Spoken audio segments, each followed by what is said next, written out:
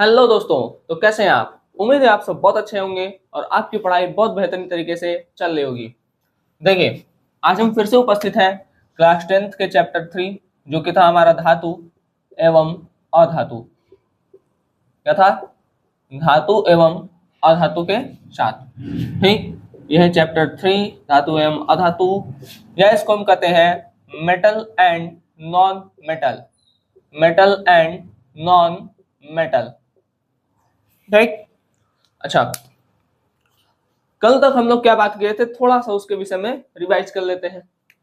देखिए, कल हम जो बात किए थे वो हम कैसे आपको बता रहे थे, ये भी बता रहे हैं। हम आपको बता रहे थे धातु और अधातु का वर्गीकरण करके। इससे फायदा क्या है? फायदा यह है कि आप में देखिए, अगर हम अलग से धातु लिखवाएं फिर अलग से अधातु लिखवाएं तो आपको दो जगह याद करना पड़ेगा और थोड़ा सा दिक्कत होता है। लेकिन आप किसी चीज को जब कंपेयर करके याद करते हैं, ठीक है, कि भाई धातु में ये चीज है अधातु में ये चीज नहीं है, धातु में ये है अधातु में ये नहीं है, तो वो चीजें आपके दिमाग में बहुत तेजी से फिट होती हैं और लंबे समय तक याद रहती हैं। ठीक, तो इसीलिए इसका कंपेयर करके पढ़िए। दूसरा, अगर आपसे मान लीजिए धातु ऐसा कभी पूछेगा नहीं, सपोज करिए मान लीजिए केवल धातु के बारे में पूछ लिया तो आप धातु लिख दीजिएगा, केवल अधातु पूछेगा तो केवल अधातु लिख दीजिएगा, दोनों पूछेगा तो दोनों लिख दीजिएगा। हालांकि ऐसा क्वेश्चन एग्जाम में बनता नहीं है, ऐसा नहीं बनेगा कि धातु अधातु में अंतर लिखे। ठीक है, चलिए, तो हम कल क्या डिस्कस किए थे? कल हम डिस्कस किए थे पहला कि धातु के अंदर 1, 2 या 3 इलेक्ट्रॉन होते हैं, अधातु में 4, 5, 6, 7 इलेक्ट्रॉन होते हैं। इसको छोड़कर, तो उपधातु को छोड़कर, उपधातु को नहीं कंसीडर करना है। दूसरा बात किए थे कि ये सामान्यतः ठोस होते हैं, लेकिन इसमें भी एक्सेप्शन था। एक्सेप्शन अपवाद था, अपवाद एक्सेप्शन। एक्सेप्शन क्या था? मरकरी, मरकरी था। ठीक, ये ठोस नहीं होते हैं, ये तीनों अवस्था में होते हैं, ठोस भी होते हैं, द्रव्य, सॉरी, ये तीनों अवस्था में होते हैं। ठीक है, ठोस भी, द्रव्य और गैस भी। ठीक है, solid, liquid and gas. Solid में हम देखे थे कार्बन फास्फोरस, लिक्विड में देखे थे ब्रोमीन, गैस में देखेंगे क्लोरीन, ऑक्सीजन, नाइट्रोजन, ये सब। ठीक है, उसके बाद, हाँ, उसके बाद हम क्या देखे थे? ठोस हो गया, इलेक्ट्रॉन हो गया। उसके बाद हम लोग पढ़े थे कि जो धातु होते हैं, ठीक है, जो कौन होते हैं? धातु होते हैं, ये सामान्यतः कैसे होते हैं? ये सामान्यतः ये कठोर होते हैं। ये कैसे होते हैं? तो ये कठोर होते हैं। इसमें भी अपवाद था, जैसे सोडियम और पोटेशियम, ये कठोर, ये हार्ड नहीं होते हैं, मतलब कठोर नहीं होते हैं। ठीक, ये चाकू के नीचे आने पे कट जाते हैं। ये अधातु कठोर नहीं होते, लेकिन इसमें भी अपवाद था। इसमें अपवाद क्या था? हीरा। ठीक है, सबसे ज्यादा हार्ड है। ठीक है, तो ये कुछ चीजें थी जिसको हम लोग क्या कर चुके थे, पढ़ चुके थे। आज के लेक्चर में हम लोग क्या देखने वाले हैं? आज के लेक्चर में हम लोग डिस्कस करेंगे कुछ टॉपिक पर, जैसे गलनांक एवं क्वथनांक पर। ठीक, क्या क्या डिस्कस करेंगे बता देते हैं हम आपको। देखिए, आज 4 टॉपिक पर डिस्कस करेंगे हम। पहला पहला डिस्कशन होगा गलनांक एवं क्वथनांक पर। ठीक, गलनांक मतलब मेल्टिंग पॉइंट, क्वथनांक मतलब बॉइलिंग पॉइंट। तो एमपी एंड बीपी पर। ठीक, दूसरा दूसरा हम चर्चा करेंगे घनत्व पर। ठीक, तीसरा तीसरा हम चर्चा करेंगे तन्यता पर, तन्यता या आघात, सॉरी, आघात वर्धनीयता पर, आघात वर्धनीयता पर। उसके बाद हम चर्चा करेंगे चौथा तन्यता पर। अब यहाँ पर ये जो 2 टॉपिक है ये एग्जाम में पूछा जाता है। ठीक है, थ्योरी क्वेश्चन कि आघात वर्धनीयता क्या है या तन्यता क्या है, एग्जाम्पल के साथ। और इसके पहले 1 नंबर का क्वेश्चन आता है आप में कि भाई जो द्रव अवस्था में कौन सी धातु पाई जाती है, कौन सी ऐसी धातु है जो कमरे के तापमान पर द्रव अवस्था में पाई जाती है। ठीक, तो कौन सी धातु है? Hg, सिंबल याद भी रखिएगा, Hg, पारा या मरकरी। ठीक, तो आज के लेक्चर में हम ये 4 टॉपिक डिस्कस करेंगे। पहला गलनांक एवं क्वथनांक, दूसरा घनत्व या उसको डेंसिटी कह लेते हैं, तीसरा आघात वर्धनीयता और चौथा तन्यता। ठीक, तो ये 4 चीजें हैं जिस पर हम लोगों को क्या करना है, आज के लेक्चर में चर्चा करना है। देखिए, आराम से देखिए, कोई दिक्कत नहीं होगा, हर एक पॉइंट आपको बहुत बेहतर तरीके से समझ में आएगा। नहीं आता है तो उसको आप बहुत बता सकते हैं। ठीक है, लेकिन उसके पहले प्रयास क्या करिए, ठीक है, अगर आप अच्छे से देखेंगे तभी आपको समझ में आ जाएगा। ठीक है, कॉपी खोल के इधर उधर रहेंगे तो समझ में नहीं आएगा। चलिए, तो हम लोग को क्या बात करना है, सबसे पहले बात करना है गलनांक एवं क्वथनांक पर। एक तरफ लिखते हैं धातु, आप लोग उसके आगे कंटिन्यू कर लीजिएगा, जैसे 3 या 4 कल लिखे होंगे तो उसके आगे, ठीक है, जो भी नंबर होगा वो नंबर डाल दीजिएगा, नंबर याद नहीं है हमको। धातु एवं अधातु, ठीक है, हम इसे पॉइंट बनाते हैं। देखिए, धातु का गलनांक तथा क्वथनांक, धातु का गलनांक तथा क्वथनांक उच्च होता है। उच्च माने हाई, ठीक है। Metal have high melting and boiling point, ठीक, ठीक है, तो metals have high melting and boiling point. क्यों, अभी चर्चा करते हैं हम इसके विषय में, ठीक है। अभी थोड़ा सा सुनिए बस। इसमें अधातु का आप लोग को भी लिखना है, ठीक है, अधातु का गलनांक तथा क्वथनांक, अधातु का गलनांक तथा क्वथनांक उच्च नहीं होता है। अब क्या कारण है कि इसका गलनांक और क्वथनांक हाई है, और क्या कारण है कि इसका गलनांक और क्वथनांक हाई नहीं है। गलनांक जिसको नहीं समझ में आता, ध्यान सुनिए, गलनांक माने होता है गल जाना, ठीक है, इंग्लिश में इसको कहते हैं मेल्टिंग पॉइंट, मेल्टिंग पॉइंट, है ना। एक ऐसा पॉइंट आएगा जिस समय वो मेल्ट हो जाएगा, ठीक है, टेम्परेचर, ठीक है। और बॉइलिंग पॉइंट होता है बीपी, मतलब क्वथनांक, एक ऊपर लिखते हैं क्वथनांक, क्वथनांक को कहते हैं बॉइलिंग पॉइंट, बॉइलिंग पॉइंट, ठीक। इस पर वो बॉयल हो जाएगा, मतलब हीट करते जाए करते जाए करते जाए, एक ऐसा पॉइंट आएगा जिस पर कोई सॉलिड मेल्ट होना स्टार्ट होगा, और फिर उसको अगर और हीट करें और हीट करें और हीट करें और हीट करें तो एक ऐसा पॉइंट आएगा जिस पर वो वेपराइज होना स्टार्ट करेगा।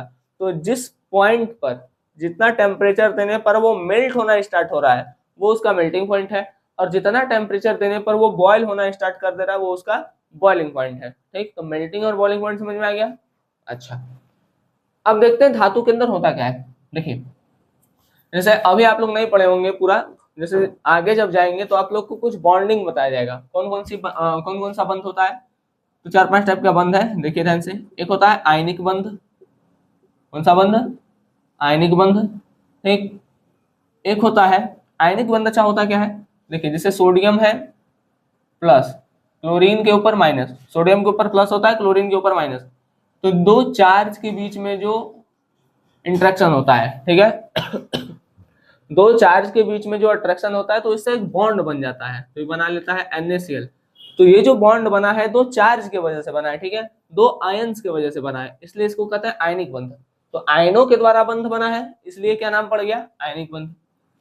दूसरा एक होता है सहसंयोजक बंध, सहसंयोजक बंध, ठीक है, बाधा नहीं बंध, ठीक है। सहसंयोजक बंध कैसे बनता है, साझा करके, ठीक है, साझेदारी से बंध बनता है। ये भी आपको, मतलब ये जो है चैप्टर 4 में आपको पढ़ना है, साझेदारी से बनता है, ठीक। अब देखिए यहाँ पर हम एक गैप छोड़ रहे हैं, ठीक है, अभी बता रहे क्यों छोड़ रहे हैं, 3 नंबर डाल देते हैं। चौथा एक होता है आपका हाइड्रोजन बंध, हाइड्रोजन बंध, ठीक है, हाइड्रोजन बनाता है। और एक आपका होता है वंडरवाल बंध, वीक वंडरवाल फोर्स या दुर्बल वंडरवाल वंडरवाल बंध, ठीक। ये बहुत कमजोर होता है, सबसे कमजोर होता है, बहुत वीक होता है, ठीक। और यहाँ पर बीच में होता है धात्विक बंध। हम आपको ये क्यों बताए हैं, देखिए ध्यान से, धात्विक बंध धातु और धातु के बीच में लगता है, ठीक, धातु और धातु के बीच में लगता है। तो ये जो धात्विक बंध है ये इन सबसे कमजोर होता है, मतलब धात्विक बंध आयनिक बंध और सहसंयोजक बंध से कमजोर होता है, लेकिन धात्विक,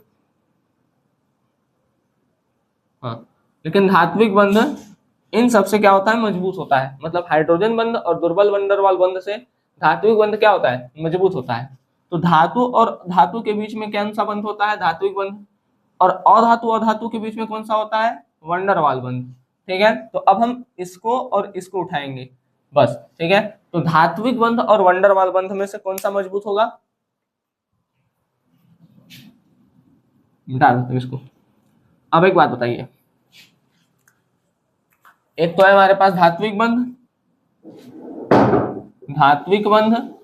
और एक हमारे पास है दुर्बल वंडर वाल बंध। ये बॉन्ड क्या है, मजबूत है, ये स्ट्रांग है और ये वीक है। अगर ये स्ट्रांग है मतलब धातु और धातु के बीच का बंध स्ट्रांग है, तो बंध स्ट्रांग होने का क्या मतलब है कि वो बहुत तेजी से पकड़ के रखा है, एक मेटल दूसरे मेटल को बहुत तेजी से क्या किया है, पकड़ के रखे हैं। ठीक है, बात समझ में आ गया। तो धातु और धातु के बीच का स्ट्रांग बंध किसको बता रहा है कि धातु और धातु एक दूसरे को बहुत चाप के एकदम पकड़े हैं। ठीक है, एकदम तेजी से पकड़ के रखे हैं। ठीक, और दुर्बल वंडरवाल बंध क्या है, एकदम लुजलुजाहा ऐसे, मतलब एकदम ऐसे पकड़ा है। ठीक है, मतलब हल्का सा भी फोर्स देंगे तो वो टूट जाएगा। बात समझ में आ गया। तो अब एक बात बताइए, अपने से बताइए, जो धातु और अधातु के बीच का बंध मजबूत है, बंध मजबूत होने का मतलब है कि धातु और धातु जो मेटल है एक दूसरे को बहुत तेजी से पकड़े हैं। अगर कोई बहुत तेजी से पकड़ा है तो हमको छुड़ाने के लिए ढेर बल लगाना पड़ेगा, है ना। तो एक दूसरे को बहुत तेजी से पकड़ा है, मान लीजिए कोई किसी का हाथ बहुत चाप के पकड़ा है, ठीक, तो हमको उसका हाथ छुड़ाने के लिए ढेर एनर्जी देना पड़ेगा। ठीक, बहुत ज्यादा एनर्जी खर्च करना पड़ेगा, बहुत, है ना, चाप के जान लगाना पड़ेगा। ठीक है, बात समझ में आ गया। तो जो लगा रहे हैं, ठीक है, आप उसमें खींचना थोड़ी है, ठीक है, वहां पे हम क्या करेंगे, हीट करेंगे। तो जब हीट करेंगे इसके बीच, अब देखिए धातु जल्दी छोड़ेगा नहीं, तो हीट करेंगे नहीं छोड़ेगा, हीट और बढ़ाएंगे नहीं छोड़ेगा, ठीक है, और बढ़ाएंगे तो बढ़ाते बढ़ाते बढ़ाते बढ़ाते एक पॉइंट ऐसा आएगा जिस पॉइंट पर धातु को धातु का हाथ छोड़ना पड़ेगा। ठीक है, धातु मतलब मेटल और मेटल एक दूसरे को बहुत चाप के पकड़े हैं। ठीक है, हम हीट देते जाए, मतलब देखिए डेल्टा से हीट दिखाते हैं। ठीक है, तो हीट क्या करते जाए, देखिए ऊष्मा क्या करते जाए, बढ़ाते जाए। ठीक, तो एक पॉइंट ऐसा आएगा जब ये मेटल एक दूसरे को क्या कर देंगे, छोड़ देंगे, तो पहले लिक्विड स्टेट में आएंगे। ठीक, तो भाई बहुत ज्यादा एनर्जी दिए, बहुत ज्यादा हीट दिए, तब तो ये मेल्ट हुआ। ठीक है, जैसे लोहा ही है, तो लोहे को बहुत ज्यादा उष्मा देंगे तब तो मेल्ट होगा। ठीक है, और फिर और ज्यादा जब उष्मा देंगे बहुत ज्यादा, तब जाके वो बॉयल होना शुरू करेगा वो नहीं करेगा। ठीक है, मतलब कहने का एक सार क्या है कि सॉरी, मेटल और मेटल के बीच में बॉन्ड इतना खतरनाक होता है भाई, इन दोनों से नहीं, इस ये तुलना कर रहे हैं। ठीक है, अधातु की तुलना में, तो अधातु की तुलना में धातु के बीच का बॉन्ड इतना ज्यादा स्ट्रांग होता है कि वो एक दूसरे को छोड़ते ही नहीं है। तो हमको हीट बहुत ज्यादा देना पड़ता है, बहुत ज्यादा एनर्जी खर्च करना पड़ता है इस सबका साथ छुड़ाने के लिए। ठीक है, समझ में आ गया। तो अगर बहुत ज्यादा एनर्जी दे रहे हैं तो भाई वो मेल्ट होगा, मेल्ट होने के बाद क्या हो जाएगा, बॉयल हो जाएगा। ठीक, तो इसलिए कहा गया है कि धातु के बीच का जो क्वथनांक और गलनांक है, मतलब गलाना भी और उसको उबालना भी दोनों हाई होता है। ठीक है, एग्जाम्पल जैसे लोहा लिख लीजिएगा, आयरन। अब इसका अपवाद भी है, अपवाद अपने से बताइए। मरकरी, भाई ये तो पहले ही लिक्विड है, तो ये जब पहले ही लिक्विड है तो बॉयल तो आराम से हो जाएगा। समझ आ गया, ये जब पहले ही लिक्विड है तो बॉयल आराम से हो जाएगा, इसको उतना ज्यादा हीट नहीं देना पड़ेगा। ठीक है, चलिए, तो धातु के बीच में कौन सा बंध है, धात्विक बंध। धात्विक बंध क्या होता है, मजबूत, किससे, वंडरवाल बंध से। ठीक, अच्छा, अधातु के बीच में क्या है, नॉन मेटल के बीच में बहुत वीक वंडरवाल फोर्स है, तो इसको हल्का सा हिट देंगे तो नॉन मेटल क्या हो जाएगा, अलगिया जाएगा। ठीक है, अलगिया गया, बात समझ में गया। लेकिन इसका भी एक्सेप्शन है, इसमें भी अपवाद है। इसमें क्या अपवाद है, सिलिकॉन बहुत ज्यादा मेल्टिंग और बॉइलिंग पॉइंट होता है। ठीक, बोरॉन, ग्रेफाइट, हीरा, कार्बन, तो इस सब का मेल्टिंग और बॉइलिंग पॉइंट बहुत ज्यादा होता है। बात समझ में आ गया, कोई दिक्कत, फिर से बता दें। धातु और धातु के बीच में कौन सा बंध, धात्विक बंध। धात्विक बंध क्या है, वंडरवाल बंध से मजबूत है। अगर बंध मजबूत है इसका मतलब क्या है कि बहुत चाप के पकड़े हैं सब एक दूसरे को, बहुत चाप के से पकड़े अगर एक दूसरे को तो छुड़ाना बहुत मुश्किल है, छुड़ाना बहुत मुश्किल है तो क्या होगा, देखिए अगर मेटल मेटल के बीच का मतलब मेटल और मेटल एक दूसरे को बहुत तेजी से पकड़े, ठीक, तो इसको छुड़ाना क्या है, मुश्किल है, और छुड़ाना मुश्किल है तो हमको एनर्जी ढेर देना पड़ेगा। अगर हम एनर्जी ज्यादा देंगे तब तो जाके एक दूसरे को क्या कर देंगे, छोड़ देंगे, है ना।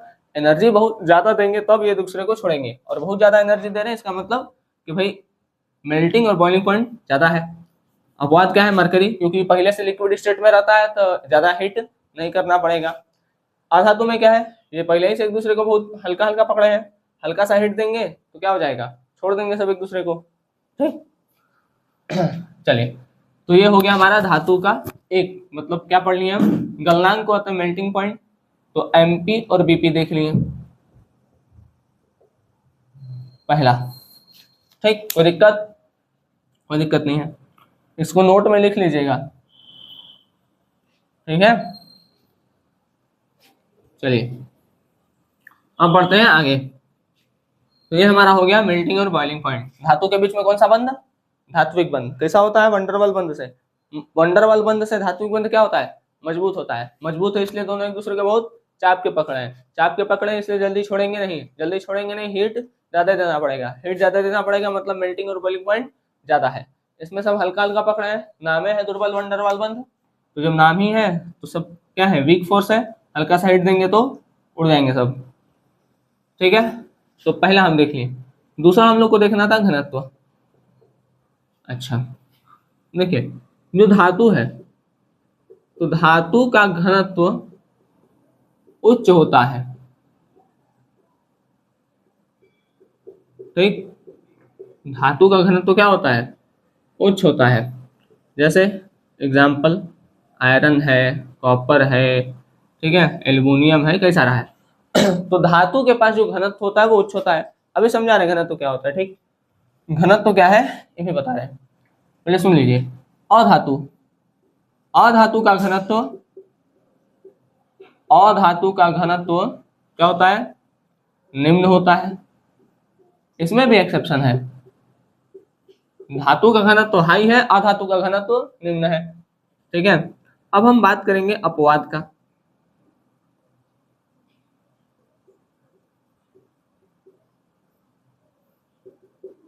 ठीक,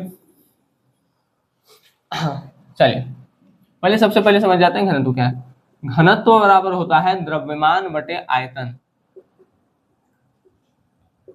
द्रव्यमान बटे आयतन, ठीक। देखिए इसका मतलब होता है जो सीधा है वो समानुपाती है, मतलब जितना ज्यादा द्रव्यमान होगा उतना ज्यादा घनत्व होगा, और आयतन इसके व्युत्क्रमानुपाती है। इसका मतलब होता है ये जितना कम घनत्व उतना ज्यादा। आयतन मतलब जगह से है, जगह जितना कम घेरे और उसका वेट उतना ज्यादा हो, ठीक, जगह जितना कम घेरे और वेट उतना ज्यादा हो तो उसका घनत्व तो क्या होगा, ज्यादा होगा। जैसे सपोज करिए, मान लीजिए एक 50 किलो का लोहा है, ठीक है, 50 केजी का लोहा है और 50 केजी रुई है, ठीक है। कौन जगह ज्यादा घेरेगा, भाई वेट दोनों सेम है, वेट दोनों का क्या है, सेम है, ठीक, लेकिन जगह ये ज्यादा घेरेगा, ये जगह कम घेरेगा, ये कम स्थान घेरेगा, ये ज्यादा स्थान घेरेगा। तो अब वेट से मत देखिए, जो जितना कम स्थान घेरेगा उसका घनत्व उतना ज्यादा। तो अब देखिए लोहे का घनत्व क्या होता है, ज्यादा होता है, और रुई का घनत्व कम होगा क्योंकि ये ज्यादा स्थान घेरेगा। मतलब आयतन अगर ज्यादा होगा तो घनत्व ऑटोमेटिक कम हो जाएगा, ठीक है बात। तो घनत्व का मतलब यही होता है कि कम जगह घेरेगा तो घनत्व ज्यादा, ज्यादा जगह घेरेगा तो घनत्व कम, ठीक है। और उसका वेट भी देखना है कि भाई वेट ज्यादा होगा, जितना ज्यादा घनत्व उतना ज्यादा, ठीक है। वेट में वो सीधा सीधा चलेगा और जगह में उल्टा चलेगा, ठीक है बात। अब आपसे कोई पूछ ले कि भाई गैस का घनत्व तो अधिक है कि सॉलिड का, क्या बताइएगा, सॉलिड का, ठीक है। चलिए इसमें भी अपवाद है। अपवाद क्या है, देखिए सोडियम, पोटेशियम, मरकरी, ये सब का घनत्व उतना ज्यादा नहीं है, ये दोनों चाकू के नीचे आने पे कट जाते हैं, मतलब ये बहुत ज्यादा भाई एकदम चिपके हुए हैं, ठीक है। सोडियम और पोटेशियम के बीच अगर एकदम गैप ना हो तो इसका मतलब क्या है कि सोडियम और सोडियम के पार्टिकल बहुत ज्यादा एकदम आपस में चिपके हुए हैं। जब कोई भी पार्टिकल बहुत एक दूसरे के अंदर घुस जाता है ना तो वो बहुत ज्यादा सॉलिड हो जाएगा। कोई भी पार्टिकल अगर एक दूसरे के अंदर बहुत ज्यादा घुस जाएगा तो क्या हो जाएगा, बहुत ज्यादा सॉलिड हो जाएगा। जैसे मान लीजिए एक ये पार्टिकल ठीक एक दूसरे के अंदर एकदम घुस गए हैं, ठीक है, तो बहुत ज्यादा क्या हो जाएंगे, सॉलिड हो जाएंगे, ठीक। लेकिन ये अगर कट रहा है तो मतलब ये एक दूसरे के अंदर बहुत अच्छे से घुसे नहीं है। अगर एक दूसरे के अंदर बहुत अच्छे से नहीं घुसे हुए हैं मतलब बीच बीच में जगह खाली है, बीच बीच में जगह खाली है मतलब जगह कम है, सॉरी जगह ज्यादा है इसमें थोड़ा सा, अन्य धातु की तुलना में इसमें जगह थोड़ा ज्यादा है। क्योंकि अन्य धातु क्या है, मेटल और मेटल जो जैसे आयरन है, ठीक है, आयरन के पार्टिकल क्या है एक दूसरे के अंदर एकदम घुस चुके हैं, ठीक। लेकिन जितना आयरन के पार्टिकल एक दूसरे के अंदर गए हैं उतने सोडियम के पार्टिकल एक दूसरे के अंदर नहीं गए हैं। तो इसलिए बोला गया है कि अन्य धातु की तुलना में जो सोडियम और पोटेशियम है इसमें जगह ज्यादा है। अगर इसमें जगह ज्यादा है तो घनत्व कम होगा, ठीक है। और मरकरी तो वैसे लिक्विड है। इसमें हीरा बहुत ज्यादा कठोर है। बहुत ज्यादा कठोर होने का मतलब क्या है, इसके बीच में गैप एकदम नहीं है ना, बहुत सॉलिड है, ठीक है। चलिए तो ये बात समझ में आ गया। तो घनत्व तो देख लिए। अब हम देखते हैं आघात वर्धनीयता, ठीक है। क्या लिखेंगे, आघात वर्धनीयता। अब ये डेफिनेशन आप लोग लिखेंगे भी, क्यों लिखेंगे, क्योंकि एग्जाम में पूछा जाता है, ठीक है, क्योंकि एग्जाम में पूछा जाता है। धातु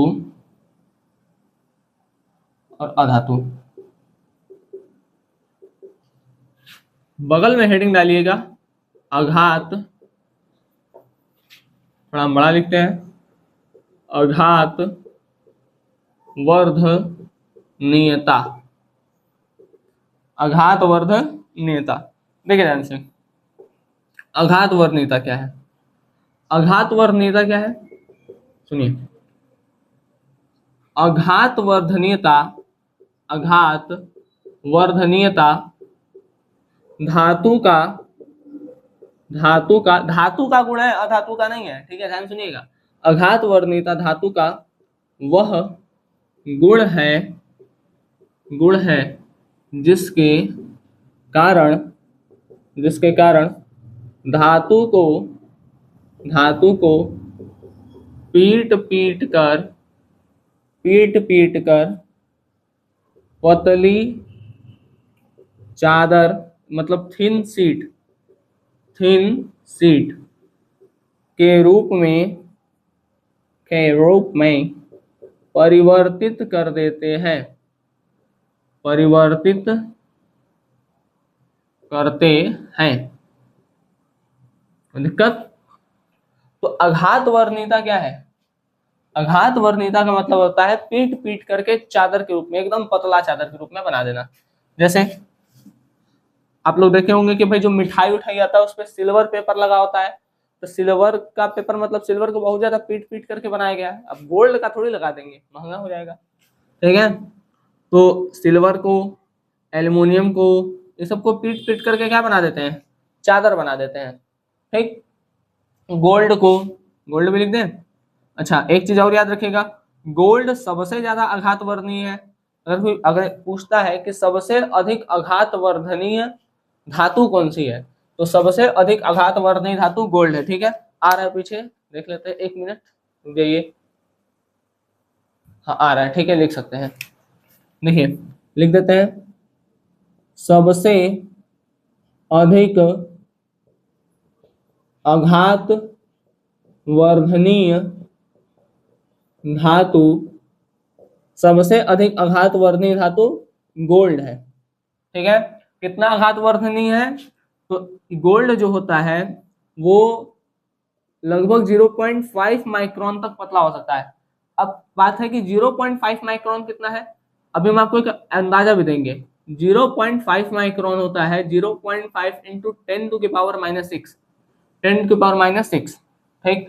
अब ये कितना है मीटर, अब 0.5 0.5 इंटू 10⁻⁻6 मीटर है कितना? तो मान लीजिए हमारा बाल है, ठीक है, एक तो बाल निकाल लेते हैं, ठीक है, एक बाल तोड़ लिए, उस बाल से 1000 गुना पतला, ठीक है, उतना पतला है ये, ठीक है, लगभग, एग्जैक्ट नहीं बता रहे हैं, लगभग, ठीक है, उस बाल से लगभग 1000 गुना और पतला कर दीजिए, उतना पतला हम इसको गोल्ड को पीट पीट कर उतना पतला बना सकते हैं। ठीक, बात समझ में आ गया? तो धातु का वह आघात वर्णीयता धातु का वह गुण है जिसमें धातु को पीट पीट करके क्या बना देते हैं? पतला चादर बना देते हैं। ठीक है, सबसे अधिक आघात वर्णीय धातु तो गोल्ड। अपवाद भी है इसमें, ठीक है, अपवाद क्या है? देखिए, एक तो अपवाद है मरकरी, वो पिटाई भी नहीं करेगा, लिक्विड है, कहाँ से पिटाएगा? अपवाद, अपवाद, अपवाद। एक तो मरकरी है, लिक्विड है, पिटाई भी नहीं करेगा, है तो मेटल। दूसरा जिंक, जिंक ना पीटेंगे तो धार से टूट जाएगा, ये भी नहीं पिटाएगा। ठीक है, बात समझ आ गया? तो मरकरी, जिंक, ये सब क्या है? ये सब आघात वर्धनीय नहीं है। ठीक है, जो भी मेटल है लगभग सभी मेटल आघात वर्धनीय होते हैं, मतलब पीट पीट करके चादर बना सकते हैं। ठीक है, लेकिन ये सब ऐसे मेटल, ये तो पिटेबे नहीं करेगा, ये पिटाएगा तो टूट जाएगा। ठीक है, तो ये दिक्कत है। अच्छा, अधातु में ये आघात वर्धनीय नहीं होते हैं, ये आघात वर्धनीय नहीं होते हैं। ठीक है, ग्रेफाइट को कुछ हद तक आघात वर्धनीय माना जाता है। ठीक है, लेकिन वो आप लोग मत पढ़िएगा। ठीक है, छोड़िए उसको। चलिए, तो आघात वर्धनीयता क्या होता है? पीट पीट करके क्या बना देना? पीट पाट करके चादर बना देना। ठीक है, पीट पाट करके चादर बना देना। तो तीसरा हमारा हो गया आघात वर्धनीयता, इसको मैलिएबिलिटी भी कहते हैं, या मैलिएबल जो है आघात वर्धनीयता। चौथा देखते हैं, चौथा है हमारा तन्यता। ठीक है, तन्यता, तन्यता भी किसमें देखना है? धातु और अधातु में।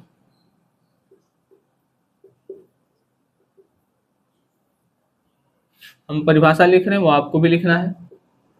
तन्यता, देखिए, तन्यता धातु का, तन्यता धातु का वह गुण है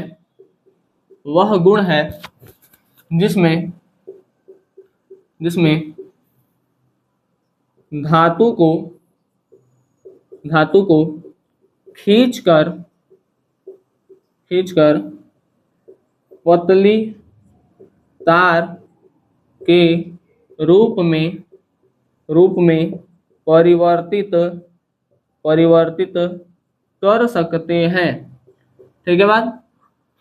तन्यता क्या है? तन्यता धातु का ऐसा गुण है जिसमें धातु को क्या करते हैं? खींच करके एक थिन वायर बना लेते हैं, बहुत पतला क्या बना देते हैं? वायर बना लेते हैं। ठीक, एग्जाम्पल वही, मान लीजिए सिल्वर है, गोल्ड है, ठीक है, कॉपर वायर है, एल्यूमिनियम वायर है। एल्यूमिनियम गोल्ड वायर का यूज कहाँ करते हैं? जैसे सिल्वर, गोल्ड, एल्यूमिनियम सब का यूज वहाँ लैब में करते हैं ना, कि ज़्यादा इलेक्ट्रिसिटी खर्चा ना हो। ठीक, कॉपर हो गया, गोल्ड हो गया, एल्यूमिनियम हो गया, तो ये सब है। अच्छा, इसमें सबसे अधिक तन्य है गोल्ड। 1 मीटर अगर हम, सॉरी, 1 ग्राम अगर हम गोल्ड लेंगे तो उससे 2 किलोमीटर लंबा वायर बना सकते हैं। 1 ग्राम गोल्ड से 2 किलोमीटर लंबा तार क्या कर सकते हैं? खींच सकते हैं। ठीक, if we have 1 gram gold then we make a 2 kilometre long wire, है ना? बात समझ में आ गया? अगर हमारे पास 1 ग्राम गोल्ड है तो उसे 2 किलोमीटर लंबा तार बना सकते हैं। और एक होता है टंगस्टन, डब्लू से क्या है? टंगस्टन। टंगस्टन से हम इनविजिबल वायर बना सकते हैं। ठीक है, मतलब वो तार इतना खींच जाता है दिखाई नहीं देता है, इनविजिबल वायर। ठीक है, टंगस्टन से क्या कर सकते हैं? इनविजिबल वायर बना सकते हैं, मतलब वो तार इतना खींच जाता है कि वो क्या होता है? दिखाई नहीं देता है। ठीक, तो 1 ग्राम गोल्ड से कितना लंबा तार बना सकते हैं? 2 किलोमीटर। अब इसमें भी कुछ अपवाद है। ठीक है, क्या अपवाद है? देखिए, अपवाद। एक तो भाई मरकरी अइबे करेगा, जिंक अइबे करेगा, खींचेंगे तो टूट जाएगा, ठीक है। सोडियम पोटेशियम बहुत वैसे नहीं होता है, तो ये सब का भी नहीं बनता है, ठीक है। तो ये सब क्या हो जाएंगे, अपवाद में। अधातु में तन्यता का गुण नहीं होता है, लिखते हैं अधातु में तन्यता का गुण नहीं होता है, ठीक है ना। लेकिन इसमें भी अपवाद है। एक अधातु ऐसा है जो तन्य होता है, जैसे कार्बन फाइबर, ये ऐसा धातु है जो तन्यता का गुण दिखाता है, ठीक। तो आज के लिए हम ये 4 टॉपिक रहने देते हैं, आगे आने वाले लेक्चर में, ठीक है, भंगुरता और, ठीक है, और जैसे इलेक्ट्रिसिटी पास होता है या नहीं होता है, तो ये सब बातों पर चर्चा करेंगे, उसके अपवाद के बारे में हम जानेंगे, ठीक। तो आज के लिए 4 टॉपिक पे इसको विराम देते हैं। अब हम क्या करते हैं, फट से 1 मिनट के अंदर सारी चीजों का रिवीजन कर लेते हैं, ठीक है, ध्यान दीजिएगा।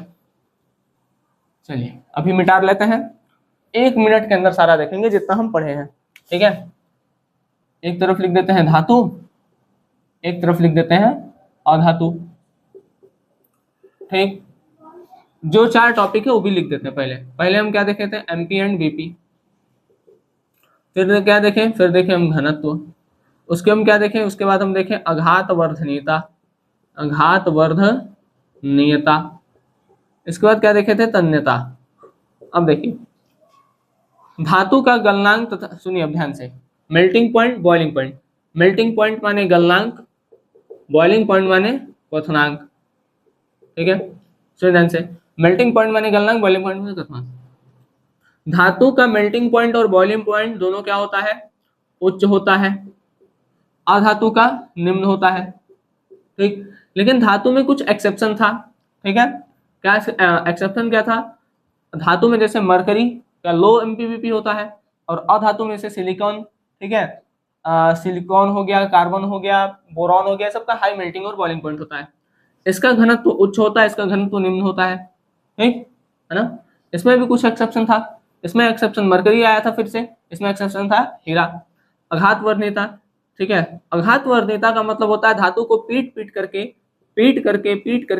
उसको चादर के रूप में परिवर्तित कर देना, ठीक है। जैसे 1 ग्राम गोल्ड, सॉरी, सबसे ज्यादा आघात वर्धनीय होता है गोल्ड, उसको लगभग 0.5 माइक्रोन तक पीट करके पतला किया जा सकता है, ठीक है। और ये आघात वर्धनीय नहीं होता है, कुछ हद तक ग्रेफाइट को मानते हैं, लेकिन वो अभी नहीं है, तो उसको हटा दीजिए, ठीक है। आप चैट जीपीटी पे देखेंगे तो उसको वो आपको मिल जाएगा, ठीक है। हम आपको बता भी दें कहाँ मिलेगा, आप जाके सर्च कर लीजिएगा। तन्यता, देखिए धातु को खींच करके तार बना देना क्या कहलाता है, खींच करके तार बना देना तन्यता कहलाता है, ठीक है। खींच करके तार, इसमें एक्सेप्शन था, कौन था, जिंक था, मरकरी था, ऊपर वाले में भी जिंक मरकरी एक्सेप्शन था, और सोडियम पोटेशियम, इसमें भी एक्सेप्शन था। धातु वैसे तो तन्य नहीं होते हैं, लेकिन इसमें अपवाद क्या था, इसमें अपवाद था हमारा कार्बन फाइबर, ठीक। तो ये जो 4 है, ठीक है, क्या क्या बताया गया। सबसे पहले देखिए गलनांक तथा क्वथनांक, धातु का गलनांक क्वथनांक उच्च होता है, अधातु का निम्न होता है, ठीक। जैसे इसमें एग्जाम्पल है लोहा, लेकिन इसमें कुछ अपवाद है जो आपको बताया गया, इसमें भी कुछ अपवाद है। घनत्व, धातु का घनत्व उच्च होता है, अधातु का निम्न होता है, लेकिन इसमें भी कुछ अपवाद है, इसमें भी कुछ अपवाद है। आघात वर्धनीयता, पीट करके चादर बना देना आघात वर्धनीयता, इसमें भी कुछ एक्सेप्शन है, ठीक है। और एक मतलब गोल्ड सबसे ज्यादा आघात वर्धनीय होता है, मतलब सबसे ज्यादा पतला हो सकता है, और अधातु में आघात वर्धनीयता नहीं होती है, इसका गुण नहीं पाया जाता है, इसमें कोई एक्सेप्शन कुछ नहीं है, ठीक है। तन्यता, खींच करके तार बना देना तन्यता, इसमें भी एक्सेप्शन था, मरकरी था, ठीक है, और जिंक था। इसमें अधातु में तन्यता गुण नहीं पाया जाता है, लेकिन इसमें भी अपवाद था, जैसे कार्बन फाइबर, ठीक। तो ये 4 जो टॉपिक था वो आज हमारा होता है समाप्त, यहीं पर हम देते हैं इसको विराम। मिलते हैं आपसे अगले लेक्चर में, तब तक के लिए धन्यवाद, जय हिंद। आप लोग अच्छे से पढ़ाई करते रहें।